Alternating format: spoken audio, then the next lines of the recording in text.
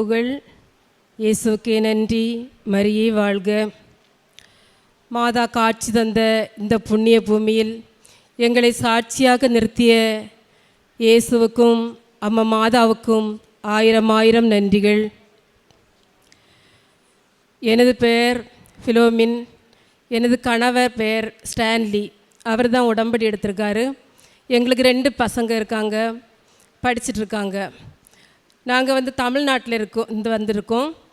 கணவர் கட்டிடப்பணி செய்கிறாரு கேரளாவில். அதனால் இப்போ இங்கே தங்கியிருக்கோம். ஒரு கோவிட்டுக்கு பிறகு ஒரு 4 வருஷமாக எங்கள் குடும்பத்தில் ரொம்ப பிரச்சனைகளை சந்திச்சிட்டு இருந்தோம். சொல்ல முடியாத வேதனைகள், மனதளவிலும் உடலளவிலும் பொருளாதாரத்திலும் பல பிரச்சனைகளை சந்திச்சிருந்தோம்.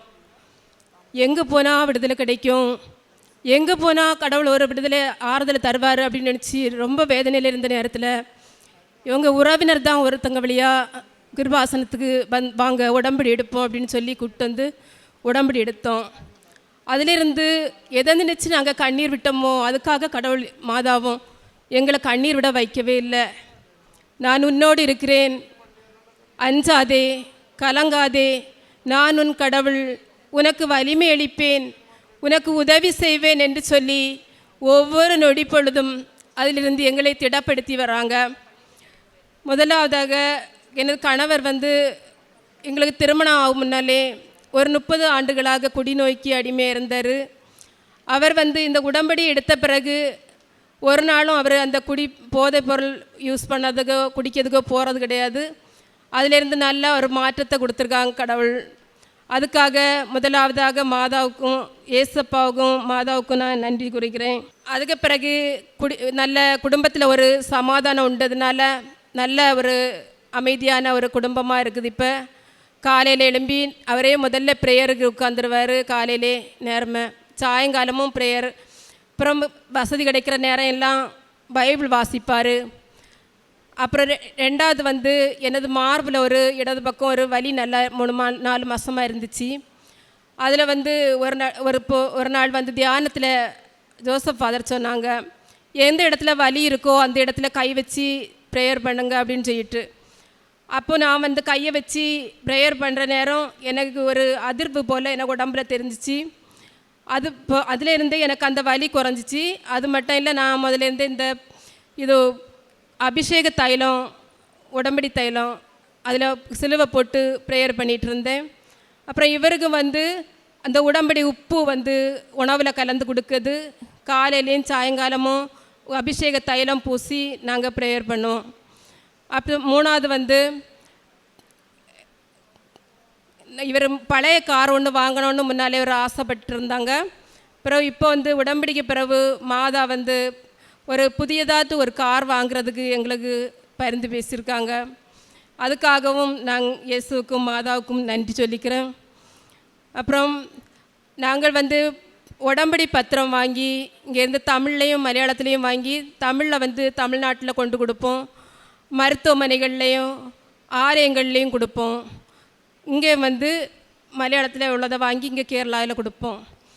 அப்புறம் புண்ணிய செயல்கள்னு சொல்லும்போது மருத்துவமனைகளில் அங்கே கேன்சர் நோயாளிகளை சந்தித்து தேவைப்படுறவங்களுக்கு சின்ன சின்ன உதவி எங்களால் முடிஞ்சதை செய்வோம். அவங்களுக்காக ஜெபிப்போம். அப்புறம் தேவையில் இருக்கவங்களுக்கு சின்ன உதவிகள் செய்வோம். வீடுகளை சந்தித்து தேவைப்படுறவங்களுக்கு ஜெபிப்போம்.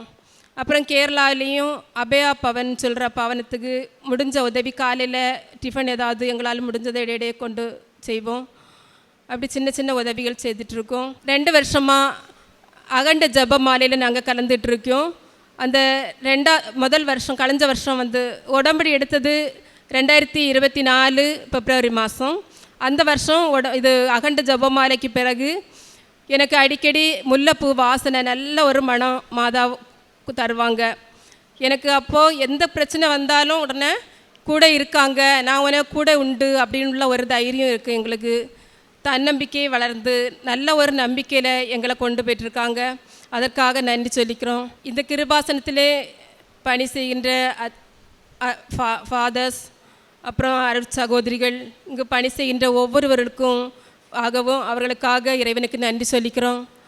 மீண்டும் நாங்கள் எங்கள் குடும்பம் முழுவதும் இறைவனுக்கு உந்த சாட்சிகளாக அம்மா மாதாவோடும் இயேசுவோடும் இணைந்து வாழ எங்களுக்கு அருள் செய்ய வேண்டும் என்று வேண்டி நன்றி கூறி சாட்சியை முடிக்கிறோம். இயேசுவுக்கே புகழ், இயேசுவுக்கே நன்றி, മരിയേ വാഴ്ക. എഫെസോസ് 5:12 വത്സല മക്കളെ പോലെ നിങ്ങൾ ദൈവത്തെ അനുകരിക്കുന്നവരാകുവിൻ. ക്രിസ്തു നിങ്ങളെ സ്നേഹിച്ചതുപോലെ നിങ്ങളും സ്നേഹത്തിൽ ജീവിക്കുവിൻ. സ്റ്റാലി എന്ന ഈ സഹോദരനും ജീവിത പങ്കാളിയും കൃപാസനം മാതാവിൻ്റെ തിരുനടയിൽ ഉടമ്പടിയെടുത്ത് ജീവിച്ചതിലൂടെ ലഭിച്ച വലിയ ദൈവാനുഭവങ്ങളെ സന്തോഷത്തോടെ ഈ എൽത്താരയിൽ സാക്ഷ്യപ്പെടുത്തുന്നു. സഹോദരി ആദ്യം സൂചിപ്പിച്ചത് കഴിഞ്ഞ 30 വർഷമായി മദ്യപാനത്തിന് അടിമയായിരുന്ന സഹോദരൻ ഉടമ്പടിയെടുത്ത് ജീവിക്കുകയും അമ്മ മാതാവിൽ നിയോഗം സമർപ്പിച്ച് പ്രാർത്ഥിക്കുകയും ചെയ്തതിലൂടെ പൂർണ്ണമായും ആ ദുശ്ശീലത്തിൽ നിന്ന് വിമുക്തനാവുകയും ഇപ്പോൾ കഴിഞ്ഞ ഉടമ്പടി എടുത്തതിന് ശേഷമുള്ള നാളുകളിൽ മദ്യപിക്കാതെ ആ വലിയ തിന്മയിൽ നിന്ന് കുടുംബം സമാധാനത്തിലും സന്തോഷത്തിലും ദൈവശരണത്തിലും രക്ഷപ്പെടുകയും അനുഗ്രഹിക്കപ്പെടുകയും ചെയ്തുവെന്നാണ്. നേരത്തെ പ്രാർത്ഥിക്കുവാൻ ഒരല്പം പോലും താല്പര്യമില്ലാതിരുന്ന അപ്പച്ചൻ ഇന്ന് എല്ലാവരെയും കോർത്തിണക്കി ചേർത്ത് പിടിച്ച് നിരന്തരം പ്രാർത്ഥിക്കുവാൻ വേണ്ടി നേതൃത്വം എടുക്കുന്നുവെന്ന് കൂടി സഹോദരി സാക്ഷ്യപ്പെടുത്തുന്നുണ്ട്. ഉടമ്പടി ജീവിതം നമ്മുടെ വ്യക്തിജീവിതത്തിൻ്റെയും കുടുംബ സാഹചര്യങ്ങളുടെയും ഭൗതിക മേഖലകളെപ്പോലും കാര്യമായി സ്വാധീനിക്കാറുണ്ട്.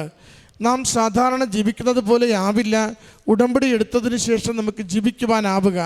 കാരണം അമ്മ മാതാവിൻ്റെ കരം പിടിച്ച് ഈശോയോട് ഓരോ നിമിഷവും സംസാരിച്ചുകൊണ്ട് കമ്മ്യൂണിക്കേഷൻ ചെയ്തുകൊണ്ട് ജീവിക്കുന്നവരാണ് നമ്മളെല്ലാവരും തന്നെ.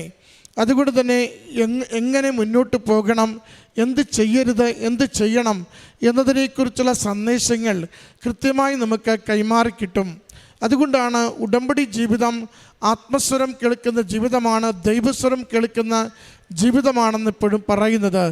അത് വിശുദ്ധിയുള്ള ഒരു ആത്മാവിലും ശരീരത്തിലും മാത്രമാണ് ദൈവസ്വരം കേൾക്കുവാനും സെൻസിറ്റീവായി ദൈവസ്വരത്തോട് ജീവിതം കൊണ്ട് പ്രതികരിക്കുവാനും സാധിക്കുകയുള്ളൂ. അതുകൊണ്ടാണ് എപ്പോഴും നമ്മോട് പറയുക 2 ആഴ്ചയിലൊരിക്കൽ കുമ്പസാരിക്കണമെന്നത്.